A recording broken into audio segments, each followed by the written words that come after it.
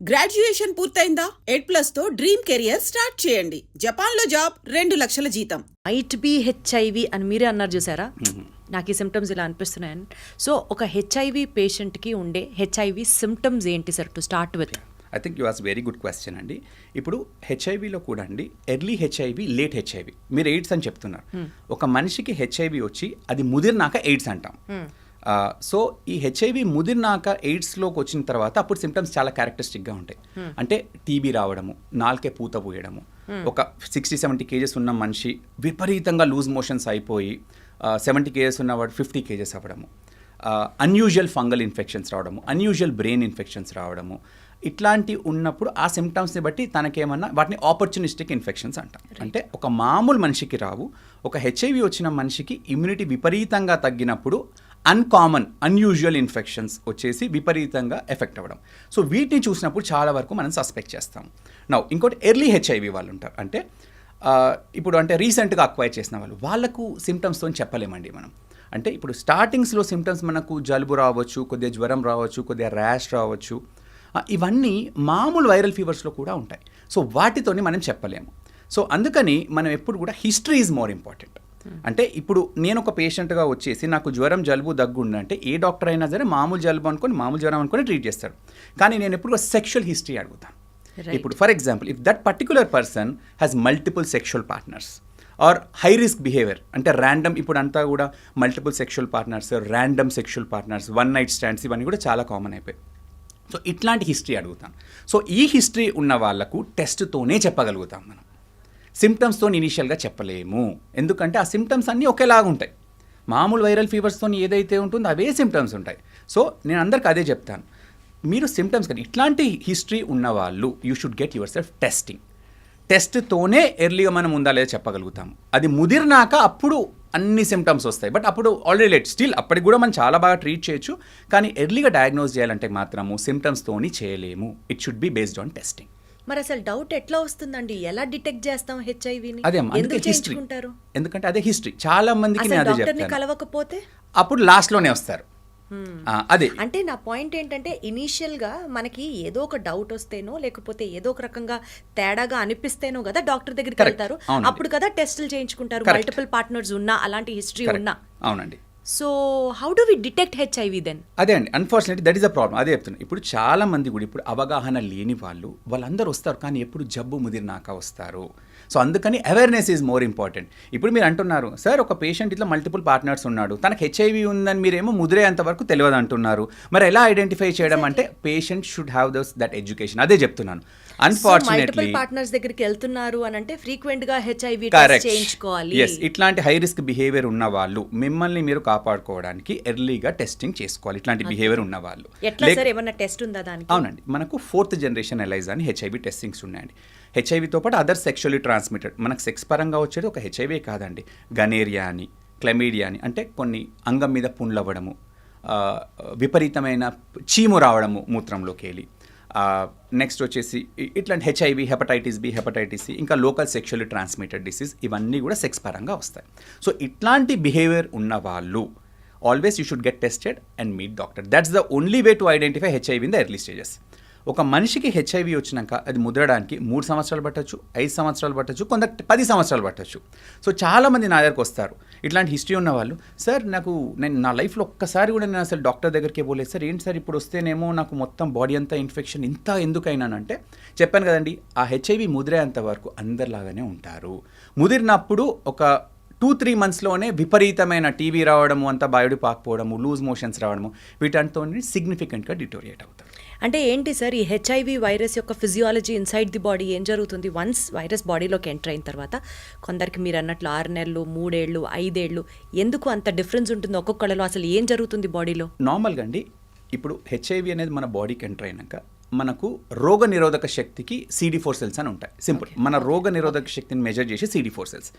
ఇవి మనకు నార్మల్గా 500 లేదా 600 కంటే ఎక్కువ ఉంటాయి. ఇవి ఒక మనిషి ఇది 200 కంటే తగ్గినప్పుడు, అంటే ఇన్ఫెక్షన్ అది వచ్చినప్పుడు హెచ్ఐవి వీటిని స్లోగా తగ్గిస్తుంటుంది. స్లోగా తగ్గించినప్పుడు ఇప్పుడు ఎప్పుడైతే 200 కంటే తగ్గుతాయో అప్పుడు మన ఇమ్యూనిటీ CD4 సెల్స్ విపరీతంగా మన రోగనిరోధక శక్తి తగ్గిపోతుంది. అప్పుడు ఈజీగా టీబీ రావడము. ఒక మామూలుగా లూజ్ మోషన్స్ మనకు వస్తే 1 or 2 డేస్లో తగ్గిపోతాయి. కానీ మన ఇమ్యూనిటీ లేకపోవడం వల్ల అది నెలల తరబడిపోవడము, వారాల తరబడిపోవడము, నాలుకంతా పూత పోయడం, ఇదంతా మీకు నాకు ఎందుకు అవ్వదంటే మన ఇమ్యూనిటీ నార్మల్గా ఉంటుంది కాబట్టి our body it self will fight. So అలా అయినప్పుడు ఆ సిమ్టమ్స్ అన్నీ బయటకు వస్తాయి. Now each person is different. ఇప్పుడు మన ఇంట్లో సింపుల్ అండి, ఇప్పుడు మీ ఇంట్లో 4 ఉన్నారనుకోండి, జలుబు వచ్చింది అనుకోండి, ఒకరికి ఒకటే రోజు తగ్గిపోతుంది, ఒకరికి వారం ఉంటుంది, ఒకరికి 4-5 రోజులు ఉంటుంది. ఎందుకు అట్లా అంటే each person is different, each immunity is different. So ఒక్కొక్క పర్సన్ని బట్టి కొందరికి ఇమ్యూనిటీ బాగా ఉన్న వాళ్ళు, జెనెటిక్స్ బాగా ఇమ్యూనిటీ బాగున్న వాళ్ళకి 10 సంవత్సరాలు పట్టవచ్చు, కొందరికి 3 సంవత్సరాలు ప్రోగ్రెస్ అవుతారు, కొందరు 5 సంవత్సరాలు పడుతుంది. So each person is different depending on his own immunity. ఆ ప్రోగ్రెషన్ అనేది vary from person to person. అంటే ఇప్పుడు మనం ఒక ఆర్గన్కే ఏదో ఒక ఇమ్యూనిటీ తగ్గితే ఎఫెక్ట్ అవుతుంది అని కాదండి. లంగ్స్కి ఎఫెక్ట్ అవ్వచ్చు, ఇప్పుడు మీరు అన్నట్లు మోషన్స్ అంటే GI ట్రాక్ట్, బ్రెయిన్ కి టీబీ రావచ్చు, బ్రెయిన్ కి కూడా రావచ్చు. సో చాలా కామన్ ఆపర్చునిస్టిక్ ఇన్ఫెక్షన్ ట్యూబర్క్లోసిస్ అండి. మన గవర్నమెంట్ రికమెండేషన్స్ ప్రకారం ఎవరికి టీబీ వచ్చినా 2 పరీక్షలు ఖచ్చితంగా చేస్తాం. ఒకటి డయాబెటీస్, ఇంకోటి హెచ్ఐవి. సో నార్మల్ పేషెంట్స్కి కూడా టీబీ రావచ్చు, కానీ హెచ్ఐవీస్లో ఎక్కువ రిస్క్ ఉంటుంది, ఎందుకంటే వాళ్ళకు ఇమ్యూనిటీ తక్కువ ఉంటుంది కాబట్టి. అండ్ చాలా మందికి టీబీ లంగ్స్లో వస్తుంది. హెచ్ఐవీలో లంగ్స్ బయట కూడా ఎక్కువగా వస్తుంది, అంటే బ్రెయిన్కి రావచ్చు, మనకి ఇక్కడ లింఫ్ నోడ్స్ లాగా ఇక్కడ రావచ్చు, లేదా పొట్టలో రావచ్చు. సో బాడీలో ఎక్కడైనా టీబీ రావచ్చు. Got it sir. సార్ ఇప్పుడు ఒక హెచ్ఐవి పేషెంట్ని కనుక ముద్దు పెట్టుకుంటే హెచ్ఐవి వచ్చే అవకాశాలు ఉన్నాయా? ఇది కూడా మంచి ప్రశ్న అండి. ఇప్పుడు ఫర్ ఎగ్జాంపుల్ నాకు పేషెంట్స్ ఉంటారండి, తండ్రి పాజిటివ్, బాబుకు లేదు. వాళ్ళు క్వశ్చన్స్ అడుగుతారు, సార్ నా బాబు నాతోనే ఉంటాడు, నా ఒళ్ళో పడుకుంటాడు, నేను ముద్దు కూడా ఇస్తాను, తినిపిస్తాను, నా వల్ల బాబుకి ప్రాబ్లం ఉంటుందా? నా ఫస్ట్ థింగ్ అండి, హెచ్ఐవి అనేది మెయిన్గా సెక్షువల్ ట్రాన్స్మిషన్ అండి, సెక్షువల్గానే ట్రాన్స్మిట్ అవుతుంది. అంటే హెచ్ఐవి అనేది మన చెమటలో ఉండదు, మన కంటి నీరులో ఉండదు, మన లాలాజలంలో ఉండదు, మన యూరిన్ అండ్ మోషన్లో ఉండదు. సో ఒక హెచ్ఐవి పేషెంట్ వాడిన బాత్రూమ్ వాడడంతో హెచ్ఐవి రాదు. ఒక హెచ్ఐవి తిన్న కంచంలో ఉంటే హెచ్ఐవి తింటే రాదు. ఒక తండ్రి పిల్లాడిని ముద్దు పెట్టుకుంటే హెచ్ఐవి రాదు. ఓకే, అండ్ ఎత్తుకుంటే, చెమట ఉందనుకోండి, ఎత్తుకుంటే అలా రాదు. టవల్ సోప్ యూజ్ చేయడం వల్ల హెచ్ఐవి సంక్రమించదు. నౌ ఒకటేందంటే, ఒకటి లిప్ కిస్ అట్లా చేసినప్పుడు ఎవరైనా హెచ్ఐవి పేషెంట్కి లోపల బాగా బ్లీడింగ్ లాగుంటే అది కూడా 0.1 to 0.2% రిస్క్ ఉంటుంది. అంతేగాని ఇన్ జనరల్ కిసెస్తోని హెచ్ఐవి ట్రాన్స్మిట్ అవ్వదు. So it is mainly sexual intercourse. అందులో కూడా అండి, సో సెక్షువల్ ఇంటర్కోర్స్లో కూడా యానల్ ఇంటర్కోర్స్ తోటి హైయెస్ట్ రిస్క్ ఉంటుంది. Next vaginal intercourse, least is oral intercourse. Okay, so అది కూడా మెయిన్గా ఈ రెండింటితో ఎక్కువ ట్రాన్స్మిషన్. ఓరల్ కిసెస్తో కానీ చాలా చాలా చాలా నెగ్లిజిబుల్. అదండి. Right sir. సార్ ఇప్పుడు మీరు ఏదైతే అన్నారో సెక్షువల్ ఇంటర్కోర్స్ అని, కాండమ్స్ యూజ్ చేస్తూ కనుక సెక్స్ చేస్తే హెచ్ఐవి రాదు అన్నది మనం బల్లగుద్ది చెప్పచ్చా? అదే, ఇప్పుడు the best way to protect is using condoms.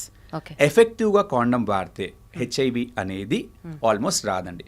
కానీ చాలా వరకు ఇప్పుడు ఒకవేళ కాండమ్ చిరేయడం కానీ ఇట్లాంటి ఏమైనా కొద్దిగా రిస్క్ ఉంటుంది. బట్ ప్రాపర్గా కాండమ్ వాడితే హెచ్ఐవి అనేది మోర్ దెన్ 99% మనం ప్రివెంట్ చేయవచ్చు. The best way to protect is using condoms. Right sir. Sir ఇప్పుడు అసలు హెచ్ఐవి అంటున్నాం కదా, హెచ్ఐవికి ఎయిడ్స్కి డిఫరెన్స్ ఏంటి సార్? హెచ్ఐవి అనేది ఏంటంటే హ్యూమన్ ఇమ్యూనోడెఫిషియన్సీ వైరస్ అండి.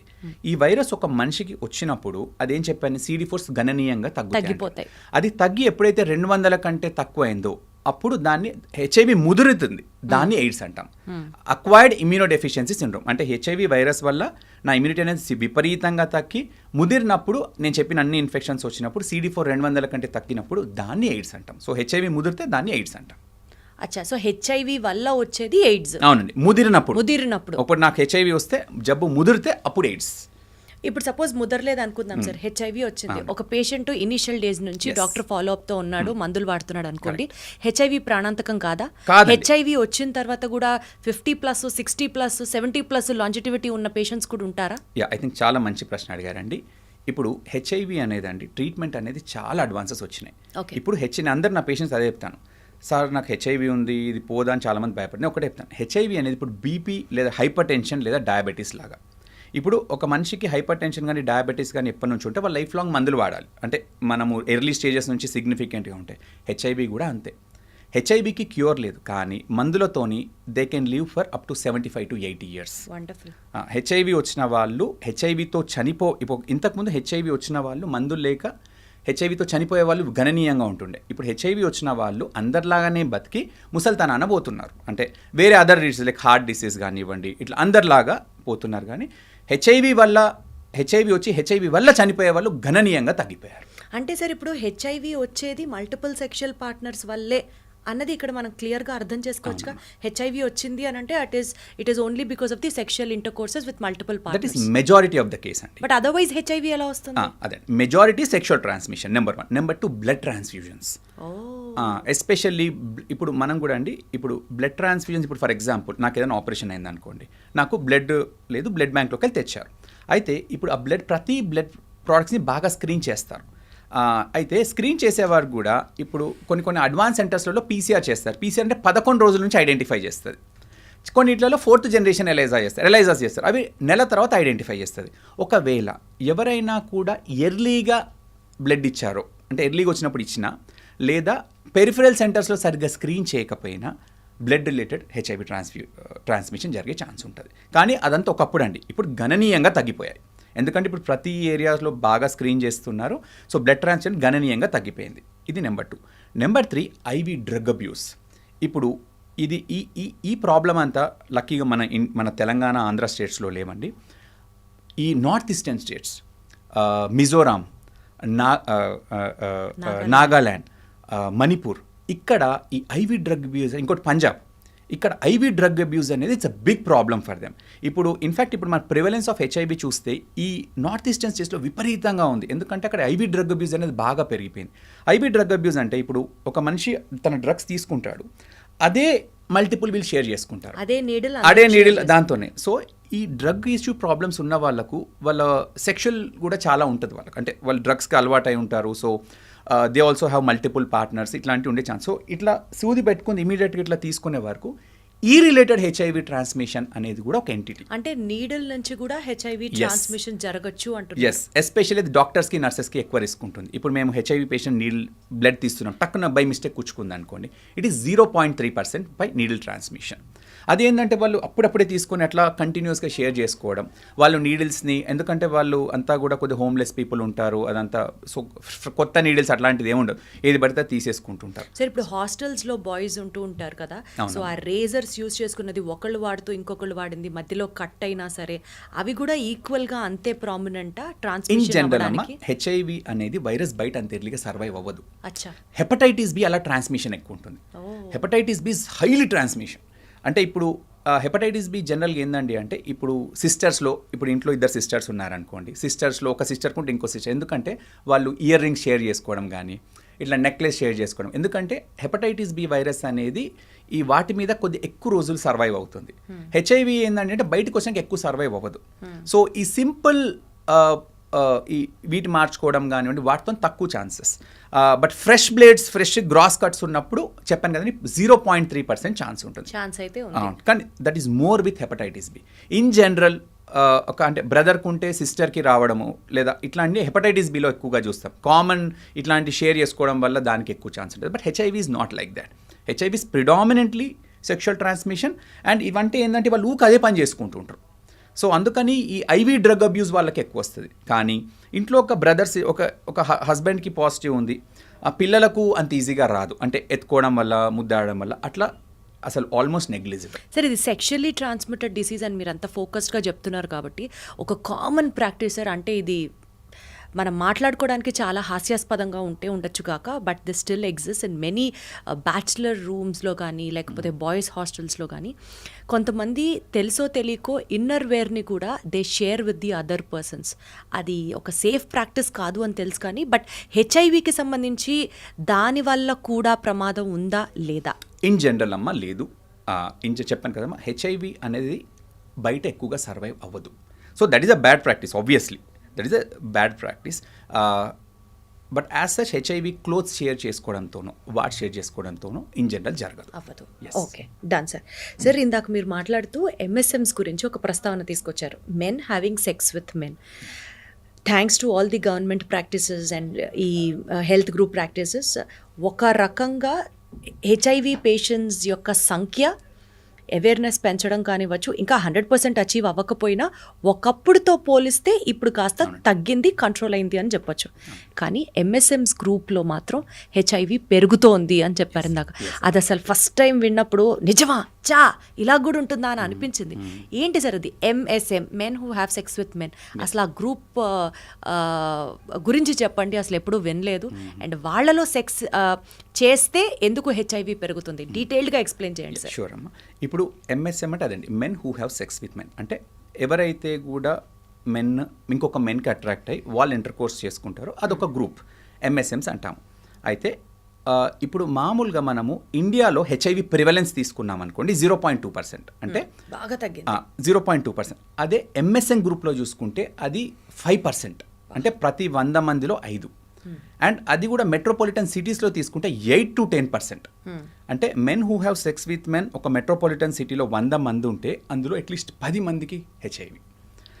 ఎందుకండి అంటే నార్మల్గా ఎంఎస్ఎంస్లో ఎందుకు ఎక్కువ హెచ్ఐవి ఉంటుందంటే దానికి 2-3 కారణాలు అండి. ఎందుకంటే నా చాలామంది పేషెంట్స్తో పర్సనల్గా కూడా ఇంటరాక్ట్ అవుతాను. జనరల్గా ఎంఎస్ఎం కమ్యూనిటీలో అండి మల్టిపుల్ సెక్షువల్ పార్ట్నర్స్ అనేది చాలా నార్మల్ వాళ్ళకి. ఇప్పుడు హెట్రోసెక్షువల్లో చాలా వరకు సింగిల్ పార్ట్నర్ ఉంటారు, ఎంఎస్ఎంస్లో multiple sexual partners. Number 1, random sexual encounters are very common. అంటే ఒక పార్టీకి వెళ్ళేసి ఎవరినో కలవడము. అండ్ ఇంకొకటి number 3 is anal intercourse. ఇప్పుడు నార్మల్గానండి నేను చెప్పాను ఇంతకుముందు కూడా యానల్ ఇంటర్ కోర్స్తో చాలా ఎక్కువగా రిస్క్ ఉంటుంది. ఎందుకంటే యానస్ అనేది చాలా టైట్ స్పింక్టర్, సో వీళ్ళు చాలా ఫోర్స్ఫుల్గా పెనిట్రేట్ చేస్తారు. చేసినప్పుడు అక్కడ చాలా వరకు అబరేషన్స్ కానీ ఫ్రిక్షన్ అనేది ఎక్కువ ఉంటుంది. మళ్ళీ లోపడిన రెక్టల్ వాల్ కూడా చాలా థిన్ ఉంటుంది అన్నట్టు. సో వీటి కారణాల వల్ల యానల్ ఇంటర్ కోర్స్తో highest risk of HIV transmission ఉంటుంది. So the risk is high with the anal transmission and the in general ఎంఎస్ఎంస్లో multiple partners is a norm. And in general in this community high risk behaviour is also very common. అంటే ఒక పార్టీకి వెళ్ళేసి random పర్సన్ని కలిసేసి sexual inter course చేసుకోవడము, ఇట్లాంటి practices కూడా వాళ్ళ కమ్యూనిటీలో ఎక్కువగా ఉంటాయి.